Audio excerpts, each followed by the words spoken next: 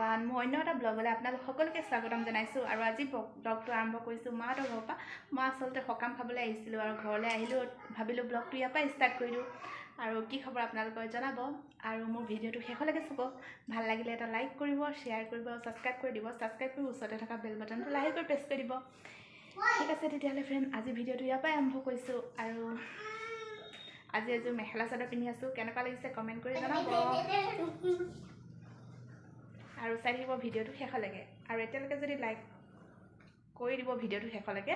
জিউ নকৰিবা, জিউ মই যাওঁ দে, গুচি আহা। Jump a little, 1 2 3, skip a little.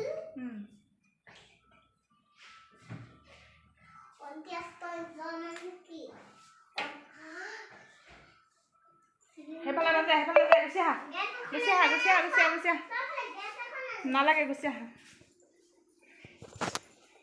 Hello' friends, ঘৰলৈ আহি গ'লোঁ আৰু এতিয়া বনাবলৈ লৈছোঁ মই অকণমান মাংস।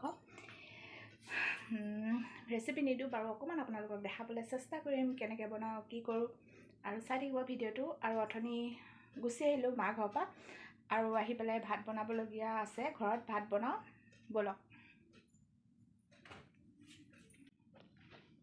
এফালে মই কেৰাহী পাতি দিছোঁ, কেৰাহীত তেল দিলোঁ, এফালে আলু কাটি লৈছোঁ এনেকৈ।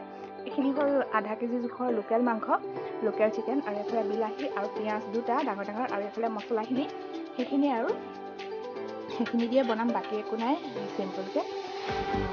চাই থাকিব তেতিয়াহ'লে ভিডিঅ'টো শেষলৈকে।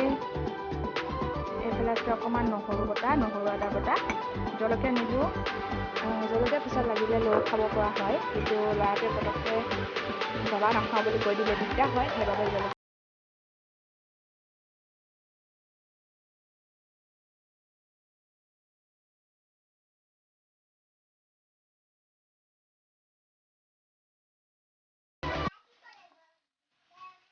দগা কোন আকৌ গধুৰ আকৌ।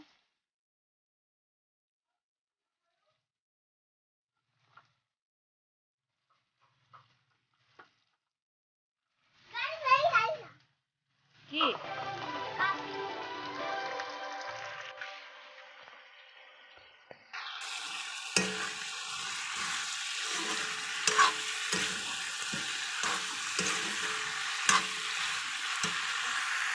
আৰু এয়া পিছদিনাখন ৰাতিপুৱা মৰ্ণিং হয় আৰু আমি চাহ খাবলৈ লৈছোঁ, লাল চাহ আৰু বিস্কুট। সেয়াই মানুহজনৰ মোৰ চাহ বাকি লৈছোঁ আৰু এতিয়া আমি খাই লওঁ পটককৈ।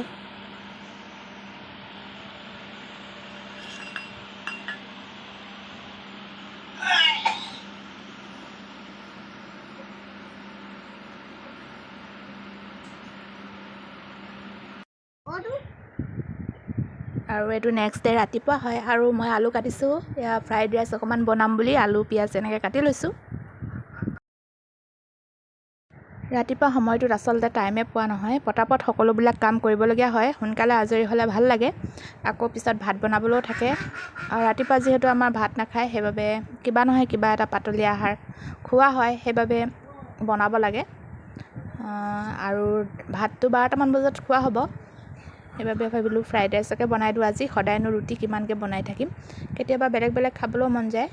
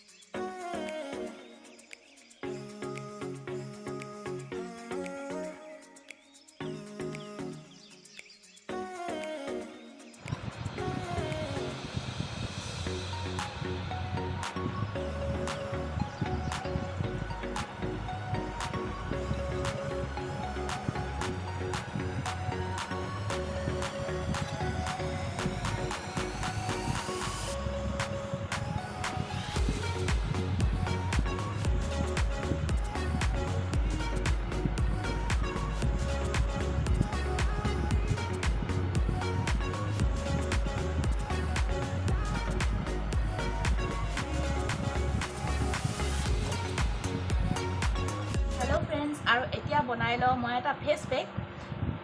ভাজি কাটি আছিলোঁ, ভাজি মানে ভাত ভাজি বনাম যে ফ্ৰাইড ৰাইচখিনি, তাৰ বাবে ভাজি কাটি আছিলোঁ আৰু ভাবিলোঁ এতিয়া তৎক্ষণাত ফেচ পেক এটাও বনাই লওঁ, যিহেতু গা ধোৱাৰ আগতে মই এপ্লাই কৰি ল'ম। এইখিনি হ'ল কেঁচা গাখীৰ। কেঁচা গাখীৰ মই অলপ থৈ দিছিলোঁ বাতিত উলিয়াই পেলাই। আৰু এয়া হ'ল অমিতা। অমিতা আমাৰ ছালৰ বাবে কিমান ভাল সকলোৱে জানে, নকলেও হ'ব। সেইবাবে এয়া অমিতা অলপ এনেকৈ উলিয়াই লৈছোঁ আৰু গাখীৰখিনিত দি দিম। এইখিনি গাখীৰখিনি যিহেতু ইয়াতে দি দিম। এয়া অমিতা, পকা অমিতা পূৰা দেখিছেনে, পূৰা পকা হয়। আৰু ইয়াৰ লগতে দিম অকণমান বেচন। বেচন মই এইদৰে পেকেটৰ হয়, কি নাম আছিলে মই পাহৰিলোঁ। এতিয়া এইখিনি অকণমান ইয়াৰ লগত মিলাই দিম। বেচনে আমাৰ ছাল পৰিষ্কাৰ হোৱাত সহায় কৰে, যিহেতু পূজাৰ বতৰ আহি আছে নহয় জানো ফ্ৰেণ্ড। পূজাৰ বতৰত অকণমান ধুনীয়া হ'বলৈ কাৰণে মন নাযায়। যদি বিউটি পাৰ্লাৰ নিজকে ঘৰতে আপোনালোকে সৌন্দৰ্য চৰ্চা কৰিব পাৰে, তেতিয়াহ'লেতো কথাই নাই, পইচাও খৰচ নহয় আৰু ধুনীয়াও হৈ থাকিলে, হয়নে নহয় বাৰু। এয়া অকণমান বেচন দিছোঁ ইয়াতে। আৰু অকণমান দিম এটা বস্তু, যিটো হৈছে এল'ভেৰা জেল। আপোনালোকে যিকোনো এল'ভেৰা জেল ল'ব পাৰে। মই ইয়াত পতঞ্জলিটো ব্যৱহাৰ কৰিছোঁ। পতঞ্জলিটোৱে মই ব্যৱহাৰ কৰোঁ। আৰু ইয়াতে দি দিম, এনেকৈ দি দিছোঁ। আধা চামুচৰ জোখত, বেছি নাই উপায়। পতঞ্জলি এল'ভেৰাটো শেষ হ'বলৈ হৈছে, আনিবলৈ হৈ আছে। মই ইয়াত চামুচতে উলিয়াই লওঁ।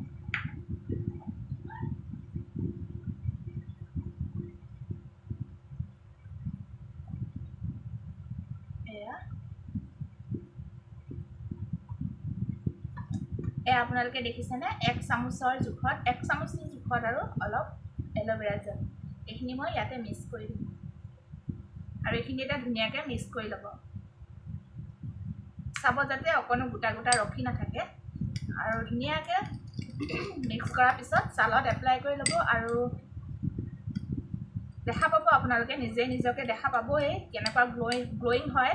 বগা নহয় বাৰু, বগা হোৱা কোনো বস্তুৱে মানে নহয় বাৰু বগা, কিন্তু ছালখন উজ্জ্বল হোৱাত বহুখিনি সহায় কৰে। এই ফেচ পেকটোৱে আপোনালোকে ব্যৱহাৰ কৰি চাব আৰু নিজকে জিলিকাই তুলিব পাৰে অকণমান দেৰি, পূজাৰ বতৰত নহয় জানো ফ্ৰেণ্ড। আৰু এনেও আপোনালোকে এতিয়া ঠাণ্ডা দিন পাইছেহি, ছালৰ যত্ন ল'বলৈ হৈ গ'ল।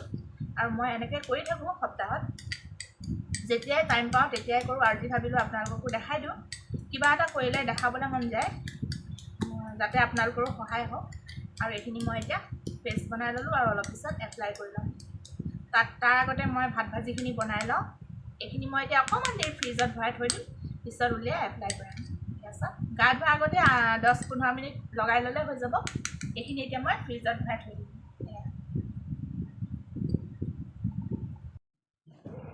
এতিয়া মই ফ্ৰাইড ৰাইচখিনি বনাবলৈ লৈছোঁ, সেইবাবে কেৰাহী এখন পাতি লৈছোঁ আৰু তাতে ৰিফাইন তেল দিছোঁ।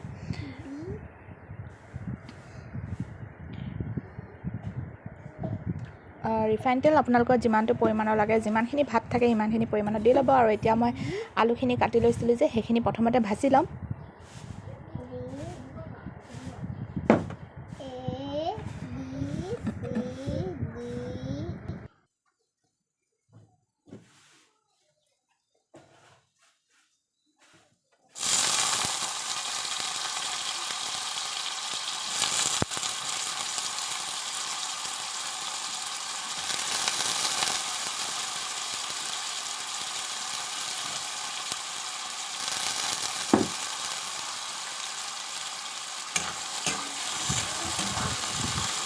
গেছটো অকণমান কমাই থ'ব লাগে, নহ'লে আলুখিনি জ্বলি যাব।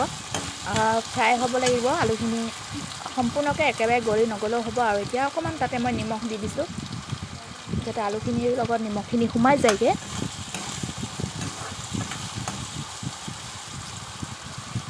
একেবাৰে চিম্পুলকৈ মই এইটো ৰেচিপি বনাইছোঁ।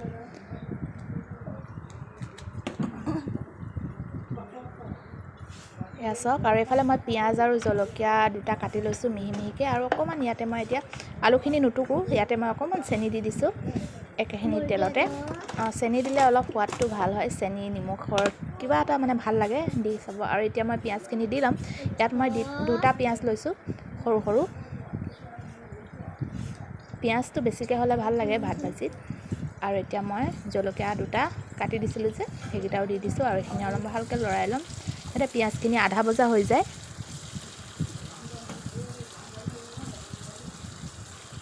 হাঁহ এটা ল'ম বুলি ক'ব হাঁহ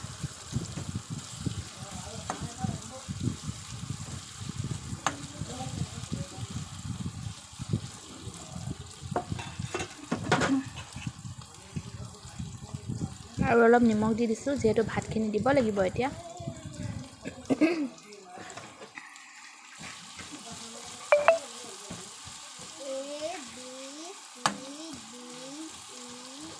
আৰু আমাৰ জীৱে এফালে পঢ়ি আছে দেই, পঢ়ি আছে পৰীক্ষা যিহেতু পাইছেহি তাৰ ভাগৰ।